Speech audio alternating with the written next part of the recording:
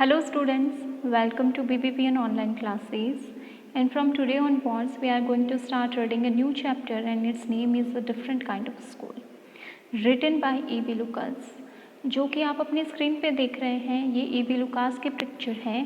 He was born on 12th June 1868 and died on 26 June 1938.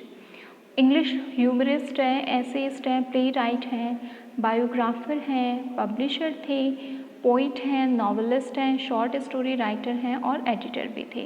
यानी कि ये सारे काम जो हैं ये इन्होंने अपनी लाइफ टाइम में किए हैं. सो अगर मैं इस चैप्टर की बात करूँ तो चैप्टर क्या कहता है? A different kind of a school, यानी कि एक ऐसा स्कूल जो अपने आप में एक अलग तरीके का है. अब एक स्कूल है तो उसमें क्या होंगे? टीचर होंगे, स्कूल बिल्डिंग होगी, प्लेग्राउंड होंगे, चिल्ड्रन होंगे मेनली. ये स्कूल जो है वो डिफरेंट क्यों है ये हमें इसमें पढ़ने को मिलेगा. Okay, so before you read में कुछ पॉइंट्स हैं जो कि हम क्लियर आउट कर लेते हैं. Do you know these words? क्या आप इन शब्दों को जानते हैं? इफ़ यू डोंट, अगर आप नहीं जानते, फाइंड आउट देयर मीनिंग्स, तो उनकी मीनिंग जो है वो पता कीजिए. जैसे कि बैंडेज है, क्रच है, क्रैपल है, ऑनर है, मिसफॉर्चून है और सिस्टम है. तो जब हम इस चैप्टर को पढ़ेंगे तो हमें पता चल जाएगा. Look at the picture in this unit and guess in what way this school may be different from our school. किस पिक्चर की बात हो रही है? इस पिक्चर की. इस पिक्चर को देख के क्या लगता है कि ये डिफरेंट काइंड ऑफ स्कूल कैसे हैं? अब जो ब्लाइंड होते हैं वो क्या करते हैं? आंखों पर पट्टी बांध के तो घूमते नहीं हैं. तो किस तरीके के स्कूल हैं? चलिए इस चैप्टर को पढ़ते हैं और पता करते हैं. I had heard a great deal about Miss Beam's school. Writer कहता है कि मैं जो हूँ मिस बीम्स के स्कूल के बारे में बहुत कुछ सुन चुका था. But not till last week did the chance come to visit it. लेकिन पिछले हफ्ते मुझे एक चांस मिला था उसे विजिट करने का. उससे पहले कोई चांस नहीं मिला था उनको. When I arrived there was no one in sight but a girl of about 12. जब मैं वहाँ पर पहुँचा, यानी कि जब वो स्कूल प्रीमाइस में पहुँची तो वहाँ पर उन्हें कोई भी नहीं दिखाई दिया. केवल एक लड़की थी जिसकी उम्र होगी कोई 12 साल. Her eyes were covered with a bandage. एक पट्टी से उसने अपनी आंखों को क्या कर रखा था? बांध रखा था. And she was being led carefully between the flower beds by a little boy. और उसको केयरफुली जो है आगे की तरफ कौन ले जा रहा था? एक छोटा सा बच्चा. क्योंकि गार्डन है इट मीन्स फ्लावर्स होंगे. फ्लावर बेड क्या होते हैं? जहाँ पर फूल होते हैं, फूलों वाले जो पौधे होते हैं वो.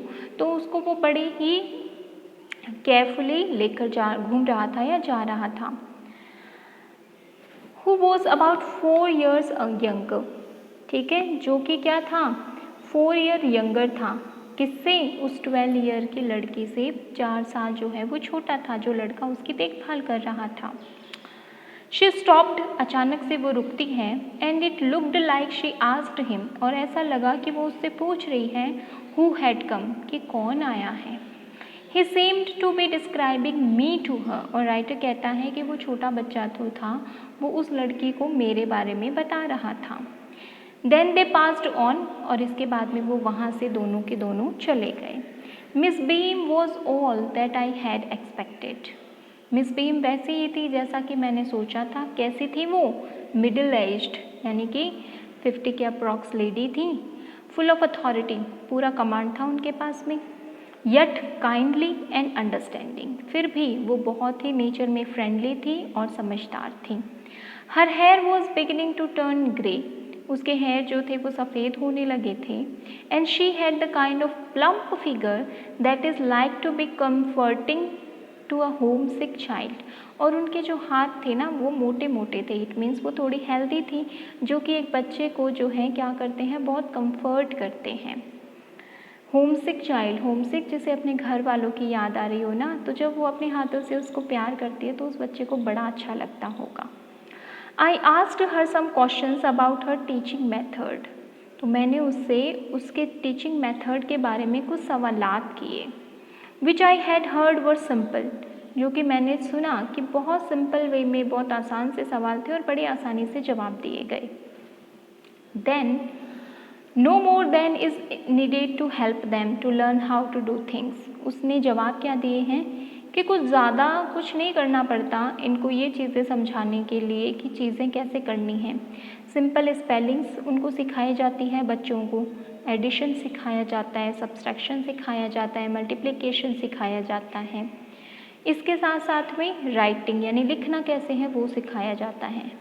The rest is done by reading to them and by interesting talks. और बाकी का जो काम है वो उनसे इंटरेक्शन के थ्रू किया जाता है, उनको पढ़ा जाता है, उनकी बातों को पढ़ा जाता है। During which they have to sit still and keep their hands quiet. और जब ये सब चल रहा होता है तो उन्हें बस चुपचाप बैठना होता है और अपने हाथों को भी शांत रखना होता है, कुछ करते नहीं है वो। There are practically no other lesson. और इन लेसन्स के अलावा हम प्रैक्टिकली उनको कोई भी चीज़ नहीं पढ़ाते। The real aim of the school is not so much to teach thought as to teach thoughtfulness, kindness to others and being responsible citizen। तो वो कहती हैं कि हमारे स्कूल का जो एम है, लक्ष्य है, वो बच्चे को पढ़ाना नहीं है कि वो सोचे कि क्या पढ़ा रहे हैं, बल्कि उसे ये सिखाना है कि सोचें कैसे, दूसरों के प्रति दयालु कैसे रहें और इस देश के एक अच्छे नागरिक कैसे बने। Look out of the window a minute will you. और फिर मिस बेम मुझे कहती है कि एक बार खिड़की से झांक के देखो, क्या आप देखोगे? So I went to the window which overlooked a large garden. तो मैं खिड़की के पास में गया जहाँ से पूरा एक बहुत बड़ा सा गार्डन जो है वो दिखाई देता था। And a playground at the back. और उस गार्डन के पीछे की तरफ यानी आगे गार्डन था और पीछे एक प्लेग्राउंड था। What do you see? Miss Beam asked. Miss Beam ने मुझे पूछा कि क्या दिखाई दे रहा है आपको? आई सी सम वेरी ब्यूटिफुल ग्राउंड्स। मैंने कहा कि एक प्लेग्राउंड दिखाई दे रहे हैं बहुत सुंदर सुंदर। I said and a lot of jolly children. और वहाँ पर बहुत खुशी से भरे हुए बच्चे दिखाई दे रहे हैं। It pains me though to see that they are not also healthy and active looking. लेकिन मुझे थोड़ा सा तकलीफ़ ज़रूर हो रही है कि वो सारे बच्चे जो हैं वो ज़्यादा हेल्दी नहीं हैं, उनमें से कुछ जो हैं वो थोड़े से बीमार टाइप यानी कोई ना कोई कमी है उनमें, एक्टिव लुकिंग नहीं है, यानी कि अच्छे और हेल्दी दिखाई नहीं दे रहे हैं।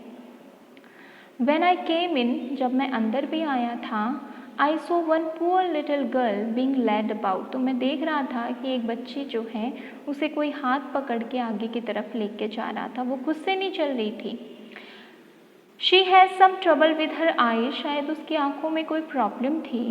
Now I can see two more with the same difficulty। और अब मैंने देखा कि दो बच्चियाँ और हैं जिन्होंने अपनी आँखों पर पट्टी बांध रखी है, शायद वो भी किसी मुश्किल में हैं। And there is a girl with a crutch watching to others to at play। और एक लड़की है जो कि क्या है, किसी चीज़ पर बैठी हुई है और दूसरों को खेलते हुए देख रही है। She seems to be a hopeless cripple। और इस टाइम पे लग रहा है कि बिना किसी होप के वो अपनी ज़िंदगी को जी रही है। Miss beam laughed. Miss beam ज़ोर से हंसती हैं। ओ नो, अरे नहीं नहीं, शी सैड। और फिर आगे कहती हैं she is not really lame. वो कोई बीमार नहीं है। This is only her lame day. ये तो आज उसका लैम डे है, यानी कि उसका एक्ट डे है। The others are not blind either. और जिसको आप सोच रहे हैं कि वो अंधे हैं, वो ब्लाइंड नहीं है। It is only the blind day. आज उनका एक्ट डे है कि वो एक ब्लाइंड बने हैं। I must have looked very surprise for she laughed again. क्योंकि इतना बता कर कि वो फिर से ज़ोर से हंसी और मैं बड़ा अचंभित था कि भाई हुआ क्या। This is a very important part of our system. फिर वो कहती हैं कि हमारे स्कूल का ये बहुत इम्पॉर्टेंट पार्ट है। To make our children appreciate and understand misfortune. हम चाहते हैं कि हमारे बच्चे जो हैं वो मिसफॉर्चून यानी कि ईश्वर ने किसी चीज़ को, किसी इंसान को किसी कमी के साथ में भेजा है तो वो उस दर्द को समझ सकें, उस चीज़ की अप्रिशिएट कर सकें उस चीज़ को। We make them share in misfortune too. और हम चाहते हैं कि सेम मिसफॉर्चून को वो क्या करें, समझें कि क्या होता है, एक्सपीरियंस करें। Each term every child has one blind day. Her term में हर एक बच्चे का एक ब्लाइंड डे होता है, एक लैम डे होता है, एक डीफ डे होता है जिस दिन उनको कुछ सुनाई नहीं देता, एक इंजर्ड डे होता है और एक डम्प डे होता है। During the blind day their eyes are bandaged absolutely and they are on their honor not to peep। ठीक है, यानी कि ब्लाइंड डे को क्या होता है, पूरी तरीके से उनकी आंखों को बैंडेज बांधकर उनको ब्लाइंड जैसा फील कराया जाता है और उनको ये चीज़ जो है वो सिखाई जाती है कि वो किसी भी तरीके से झांके नहीं, उस ब्लाइंड फोल्ड को हटाए नहीं। The bandage is put on overnight, रात को ही बांध दी जाती है, सो दे वेक अप ब्लाइंड, ताकि वो जब उठें तो वो ब्लाइंड ही उठें। This means that they need help with everything, और इसका मतलब हुआ कि उन्हें अपनी लाइफ के जो भी काम करने हैं उसमें उनको सहायता चाहिए। Other children are given the duty of helping them and leading them about, दूसरे बच्चों को ड्यूटी दी जाती है कि उस टाइम पर उस ब्लाइंड डे में वो उनकी देखभाल करेंगे और जहाँ उनको लेकर जाना है लेकर जाएंगे।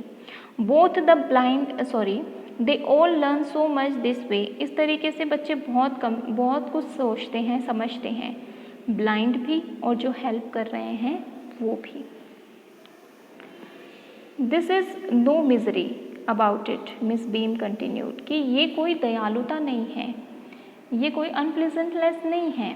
Everyone is very kind and it is really something of a game. हर कोई इससे क्या बनता है, बहुत दयालु बनता है, हेल्पिंग नेचर का बनता है और ये एक खेल की तरह है। Before the day is over, though even the most thoughtless child realises what misfortune is, और जब तक कि इनका दिन ख़त्म होता है, जो एकदम केयरलेस चाइल्ड है, जो बिना कुछ सोचे समझे किसी की कोई परवाह नहीं करता, वो भी समझ जाता है कि वाकई में मिसफॉर्चून होता क्या है। और फिर the blind day is of course really the worst, blind day तो क्या होता है, सबसे ज़्यादा वर्स्ट होता है। But some of the children tell me that the dumb day is the most difficult, कि जो उनका डम डे होता है ना, बेवकूफ़ वाला दिन, वो सबसे मुश्किल होता है। We can not bandage the children's mouth, क्योंकि हम किसी का मुंह तो बैंडेज कर नहीं सकते पूरे दिन के लिए, खाएगा पिएगा।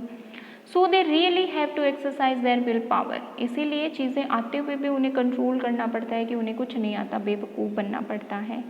कम into the garden and see for yourself how the children feel about it, चलो चल के देखो गार्डन में कि, और ख़ुद देखो ये चीज़ कि चिल्ड्रन जो हैं वो इन चीज़ों के बारे में क्या सोचते हैं या क्या फील करते हैं।